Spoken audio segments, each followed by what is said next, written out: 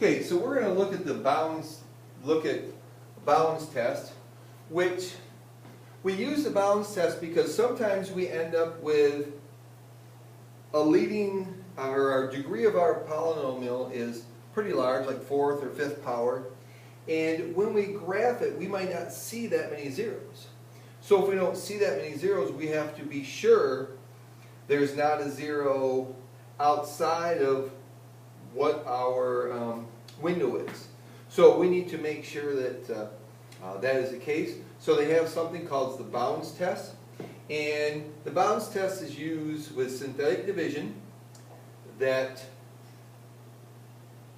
we can use it and with specific results tell whether all the zeros are between what we can see. So this says if D is greater than 0 and every number in the last row in synthetic division is non-negative. Okay, so if the last row is all positive or 0, then we know that that could be an upper boundary. That means there's no zeros beyond that point going to the right for larger x values.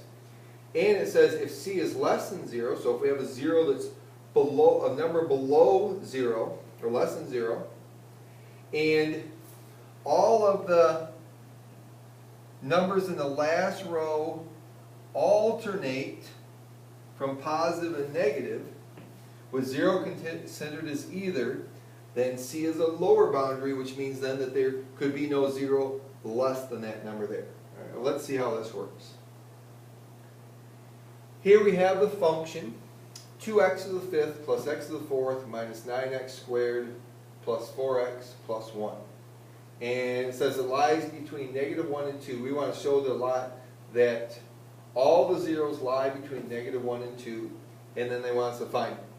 So what we're going to do is we're going to use the bounds test first of all. So here's what we do. -1 is below 0. So I'm going to use synthetic division with -1.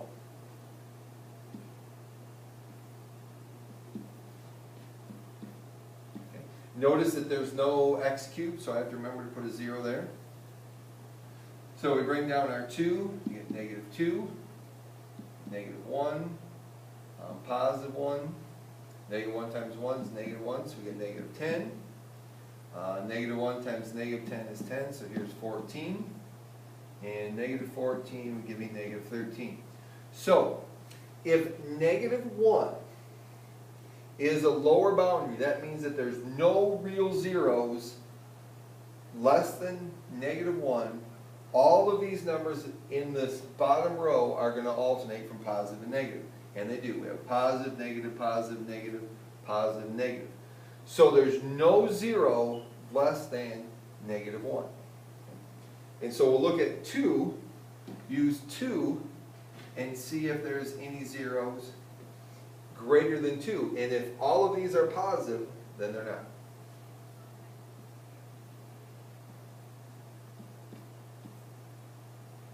And sometimes you don't even have to do the whole thing. You can see it after a couple of values that they just keep getting bigger and bigger, and there's no way you can get any negatives.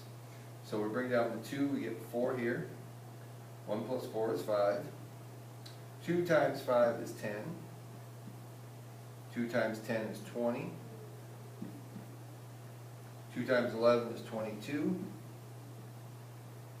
And 2 times 26 is 52, so 53. So since 2, 5, 10, 11, 26, and 53 are all positive numbers, then the upper bounds test works. So that means that all of my zeros are going to be between -1 and 2. So let's graph this then and verify that. And remember, that's all the real zeros. There could be some non-real ones outside there, but the real ones for sure are between there. So let's graph this. 2x to the fifth plus x to the fourth minus 9x squared plus 4x plus 1. So if I actually put my window then from -1 to 2, now This is a fifth degree polynomial, so I'm looking for 5 zeros. So if I graph this now, all right, we have 1 0, 2 zeros, 3 zeros, and that's it. Okay? But there could be 5 zeros, right? But by using the test I just used, there are no zeros outside of the window screen that I can see. So if I change my window to go from negative 20 to 20, there would only be 3 zeros. So let's see what we get. Okay. Wow, it's even hard to see. Oops, all right, so you can see that by making the window that big, that everything is centered right here in the middle around the x-axis. So there's actually not any off to the right or to the left. I could even make it bigger and see. But I don't need to, because this bounds test tells me, all right, they're all in there. I don't have to look any further. So let me go back to, go zoom forward. And so all of my zeros are here, and they want me to find them. So I know that the only rational zeros are going to be plus or minus 1 or plus or minus 1/2. Okay? Coefficients of 1, plus or minus 1, coefficients of 2, plus or minus 1 and plus or minus 2. And if I look at my graph here, it doesn't look like negative 1 is not 1, negative 2 is not 1, and there's none at 1/2. So I'm just going to have to use my zero finder. So the zero finder, second trace, and number 2. And use this zero finder then to find the zeros. So left boundary, so I need to be to the left of this 0 here, that's just to the left of 0. And I can type in negative 1 there, okay, because that's definitely left of it. And 0 is to the right of it, so I could type in 0 then, and hit enter. And I have a 0 at negative 0.178. So let me capture that.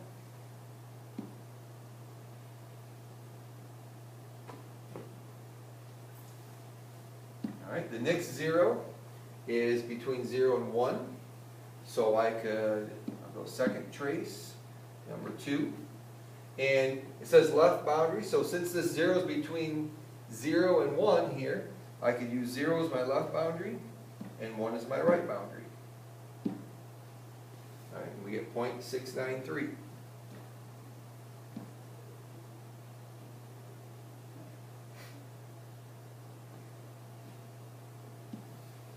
And then the last one, do our 0 again, zero finder, number 2. And this one is between 1 and 2, so I could use 1 and 2 as my boundaries. And I get 1.21. Okay. So my zeros here are at 1.21, 0.693, and at negative 0.178. Right? And so we just use the bounds test to show that there are no zeros outside of negative 1 and 2. And so the only real zeros for this problem are these 3, which means that the other 2, unless there's multiplicity, the other 2 are going to be non-real zeros. So if we were able to do synthetic division with these 3 numbers, we could reduce that down to a quadratic, and then we could do the quadratic formula to find the other 2 are non-real. Alright? So here we talk about the bounds test. Again, it says do synthetic division. Look at the signs of the last row to check for upper or lower boundaries. But it says find all the real zeros. So all of my rational zeros in this case are going to be, the only rational zeros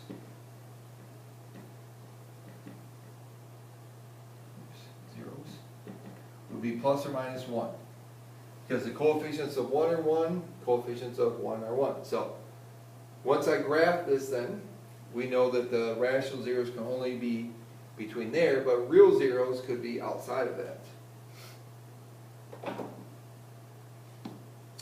Alright, so we've got x to the 5th minus x cubed.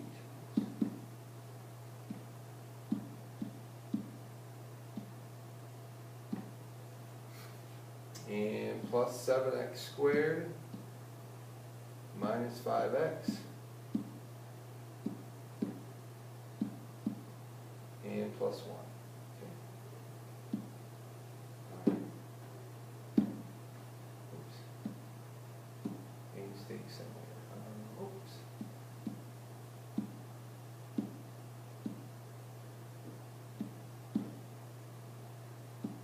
There we go. Okay.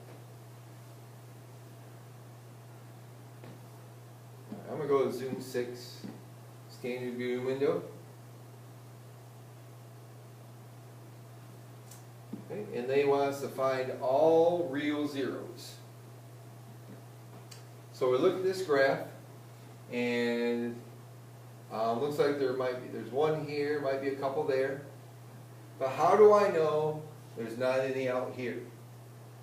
So what we can do is pick some numbers between the zeros. So I have a 0 here at about negative 2.5. So if I pick a number to the left of that, and I do synthetic division, then if all the numbers alternate then, from positive to negative, I'm not going to have any more zeros beyond that point. And I would do the same thing on the right. So let's zoom in here a little bit more. So let's go back to Zoom 4.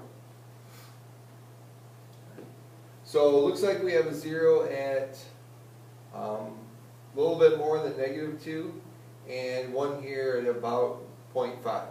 Now I can't tell for sure if that one comes below the 0, if there's 2 of them there, or if there's just one. So I'm going to zoom in a little bit farther if I can see that. So let's see, let's change our window here.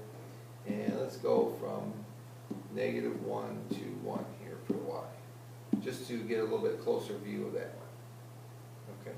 All right. So it looks like from that, it looks like there might not even be a 0, but I'm sure there's 1 0 there. We'll just have to check it out. All right. So what we need to do though is make sure that there's none out here. Okay. So since this one's at a little bit more than negative 2, let's try negative 5. Okay, we don't have to use numbers real close to it, but we don't want to use huge numbers either. So we'll do synthetic division with negative 5.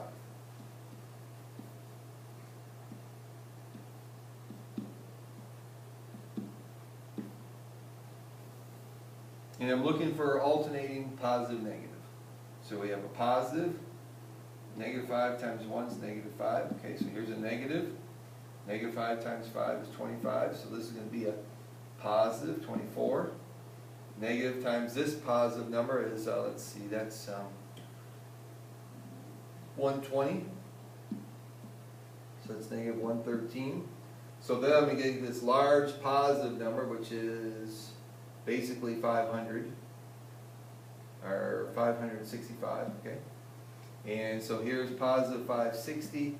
Multiply that by a negative, I get this big negative number, so this is going to be negative. So I end up with positive, negative, positive, negative, positive, negative. So there's no zeros below negative 5, and when I graphed it originally, it didn't look like they were in. This verifies it. Okay? Let's try positive 5 then.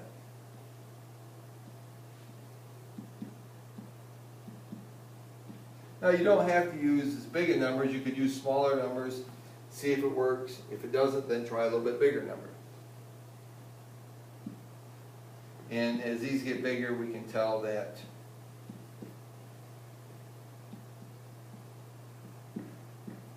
as I multiply this positive number by all these positive numbers I'm going to get.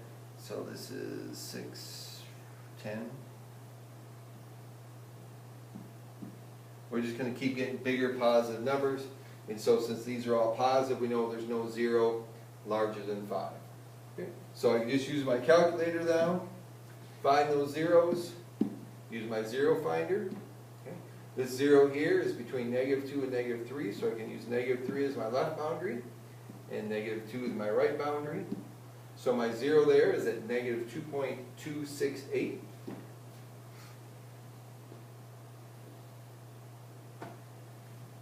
And it looks like there might be a 0 over here between 0 and 1, so let's try it there. Left boundary 0, right boundary 1, and Okay? There's no sign change there, which means that the graph then does not actually come down and touch the x-axis. So the only real zero we have in this problem then is going to be here at negative 2.268. But I know there's none smaller than negative 5 or larger than 5 either.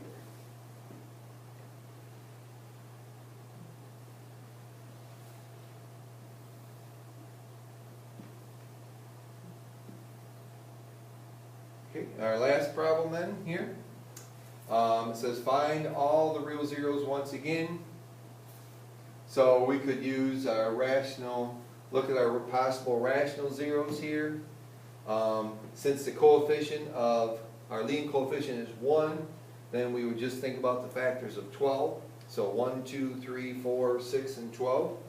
So the only possible rational zeros are those integers. So let's go ahead and graph this. Which you're going to be doing a lot of this, like you can see already, a lot of what we're doing is going to be graphing.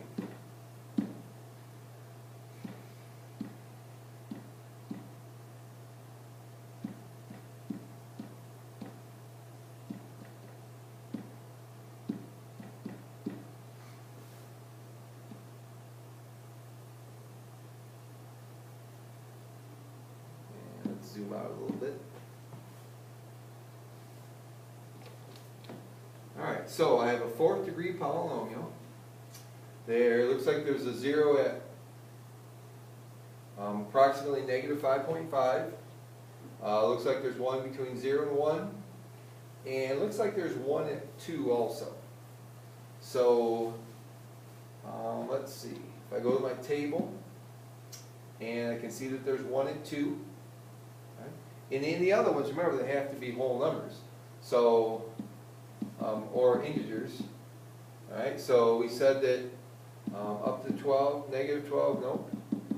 Okay. And up to positive 12. Okay. So the only rational zero I have is going to be here at 2. So let's find the other ones. Alright, so we said this one is between negative 5 and negative 6, so my lower boundary could be negative 6, upper boundary negative 5, and we have negative 5.54.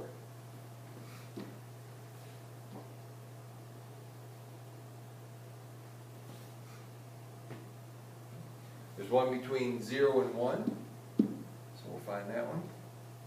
Left boundary 0, right boundary 1. And at 0.541.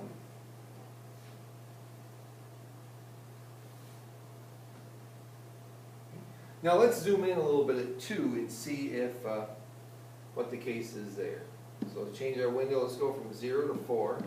Okay, for that one. And we want to make our y scale real small so we can see if this graph actually comes below the x-axis. And you can see from the graph that at 2, it does not go below the x-axis, so that's my other 0. So my zeros are at, my real zeros, 0.541, negative 5.54, and at x equals 2. And so we can use our calculator then to be able to find those. Now, it says here for step number 4 here, if g of x has degree 3 or greater, use the bounds test if possible to find lower and upper bounds for the zeros of g. Now, one of the things that, if you remembered when we talked about multiplicity in Algebra C, and we'll do that again today, or later on in this chapter, that for finding this 0 here, that because of the way the graph acts, it actually has a multiplicity of 2, which means then we actually probably could have factored this one. Right? And when we get to multiplicity, we'll actually talk about that.